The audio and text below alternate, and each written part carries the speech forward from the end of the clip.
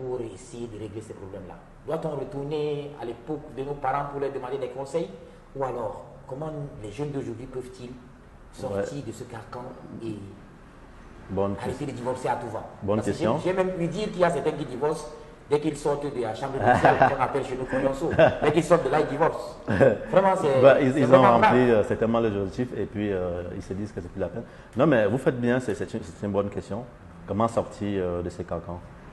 Non, on ne peut pas retourner en arrière. On ne peut pas refuser l'évolution. On est obligé de faire partie de l'avancée du monde. Néanmoins, ce qu'on peut faire, c'est regarder ce qu'il y avait d'essentiel dans notre culture et puis retourner à cet essentiel-là, essayer de le remettre à la mode. Donc, je ne pense pas que en plus ce soit la seule solution. Tout à l'heure, vous parliez aussi de la mésentente. Ça me fait penser la communication. La communication, c'est la base déjà de toute relation reçue, qu'on soit en couple ou pas. Dans un couple, il faut apprendre à communiquer, on ne le dira jamais assez, c'est la base de tout. Et ce sont les deux conjoints qui doivent faire des efforts, qui doivent être conscients du fait qu'ils doivent être conscients de ça, ce n'est pas le hasard, c'est un travail de tous les jours. Il faut se dire tous les jours, qu'est-ce que je dois faire pour mieux communiquer avec mon épouse, qu'est-ce que je dois faire pour mieux communiquer avec mon mari. Parce que, figurez-vous que s'il y a un problème dans un couple et qu'il y a un manque de communication, on ne peut pas s'exprimer parce qu'on ne s'écoute pas, qu'est-ce qui va se passer? C'est comme un volcan. Un volcan, et quand ça ne va pas, il doit exploser parce qu'on garde ce qu'on a au fond de soi, on ne communique pas. Et ça me peut penser aussi à ce qu'on dit souvent. Ici, chez nous, chez les Bambara, on dit souvent une femme qui a une mauvaise bouche ne peut pas durer dans un foyer. Oui. Et donc, ça me fait penser de modérer son langage face à son conjoint, face à son épouse, face à son mari. Parce qu'il est fort possible qu'une situation qui vous était favorable au départ, parce que votre mari ou bien votre épouse a commis une faute grave, qu'elle vous devient défavorable par la suite, parce que vous manquez de savoir-faire, parce que vous venez, parler de façon irrespectueuse, de façon désagréable. Et ça peut faire que l'autre, bien qu'ayant tort, va mal le prendre.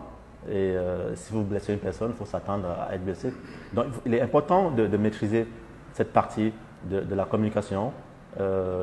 Quoi qu'il en soit, éviter des gros mots, éviter d'insulter et garder le respect. Le respect, c'est très important. Oui.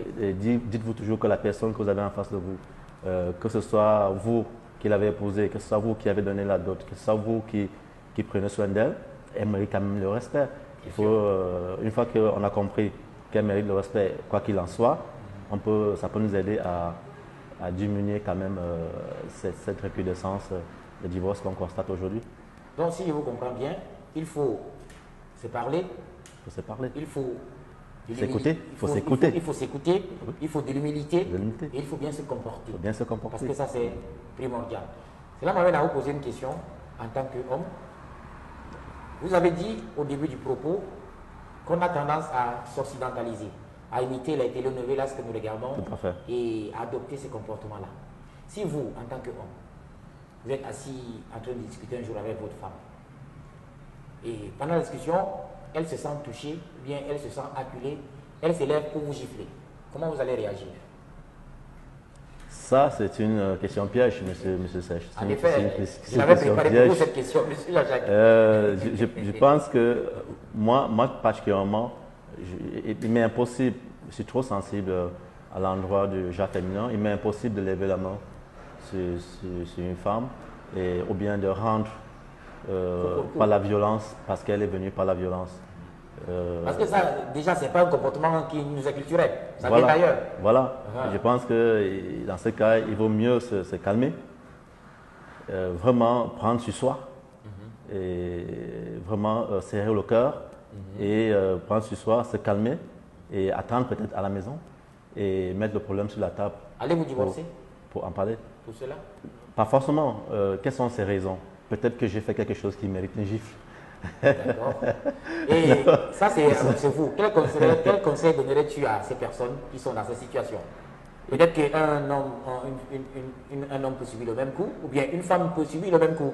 Ne mettons pas toujours la balance de côté des hommes. Un homme peut se lever et gifle sa femme comme ça sans raison. Comment les deux conjoints doivent réagir dans cette situation?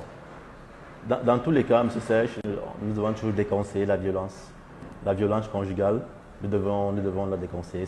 La violence conjugale, c'est quelque chose qui mène à la perdition du couple. On a vu des femmes qui sont mortes à cause des coups. Donc c'est quelque chose vraiment qu'il faut déconseiller et vraiment sensibiliser les couples dans ce sens pour qu'ils puissent une fois de plus communiquer, être patient, être tolérant, ne pas rendre coup sur coup, comme je viens de vous le dire. Peut-être que par sa réaction, elle manifeste son amour. Ah bon? Quelle drôle de façon qui aime bien son amour. Qui aime bien châtie bien. Oui. Mais ça ne donne, c'est pas une raison pour l'homme ou bien pour qui que ce soit de frapper son conjoint. C'est pas une raison. Mais il faut toujours dire que dans une relation, quand il y a ce genre de problème, quand il y a une dispute, quand on regarde très bien, on va se rendre compte qu'à la base, il y a de l'amour. C'est pour préserver cet amour qu'on essaye d'agir de façon excessive. Donc, notre travail consistera dans ce cas à maîtriser nos pulsions, à se maîtriser, à réfléchir. Quelqu'un a dit qu'avant de parler, il faut tourner sa langue 7 fois. Donc, à réfléchir avant de parler.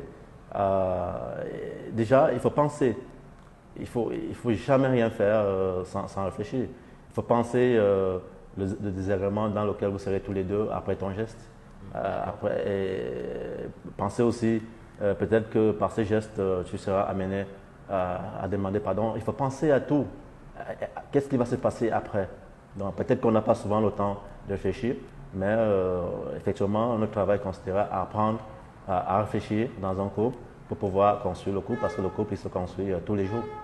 Oui, ceci dit, notre causerie tendant à sa fin, j'aimerais inviter nos téléspectateurs à jeter un coup d'œil sur votre ouvrage, Roméo et Juliette se disputent, parce que c'est un ouvrage qui traite vraiment de ces problèmes de couple. Et je vous demanderai par la même occasion quels conseils pouvez-vous donner pour un mariage réussi, pour qu'on évite des divorces? Voilà. Une dernière phrase par rapport à ça. Pour un mariage réussi, déjà, ce qu'il faut comprendre, c'est que il n'y a pas d'amour heureux, quelqu'un l'a chanté. En effet. Il n'y a pas d'amour heureux et il n'y a pas de relation sans problème. Donc pour un mariage réussi, il faut se mettre dans la tête que les disputes, les problèmes de couple font partie inhérente d'une relation de couple. Donc quand ça survient, il faut apprendre à les gérer, il faut apprendre à gérer les problèmes de son couple et ne pas les exposer et n'est pas en faire une fatalité. Dites-vous que peut-être après ce problème que vous rencontrez, votre amour sera encore plus renforcé.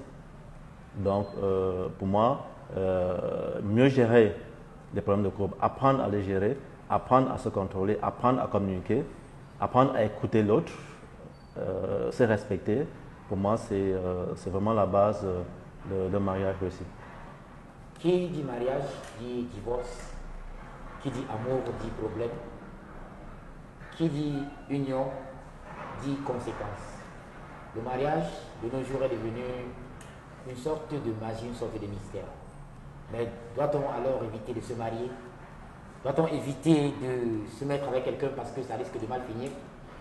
Chacun peut répondre à cette question à sa façon et à sa manière. Moi, personnellement, je présente mon joker parce que je n'ai pas de réponse. Merci beaucoup, M. Jean-Jacques, d'avoir été sur notre plateau. Nous avons été très très heureux de vous avoir et nous espérons que vous reviendrez à l'occasion. C'est moi qui vous remercie et j'ai hâte de revenir pour d'autres occasions. Et vraiment, je vous félicite pour cette initiative que vous avez prise en donnant l'opportunité aux auteurs de s'exprimer. Merci. Merci à vous. Chers téléspectateurs, nous vous remercions de nous avoir suivis et nous espérons que à la prochaine émission, vous serez des nôtres. Bonne soirée sur Odyssée TV et à bientôt.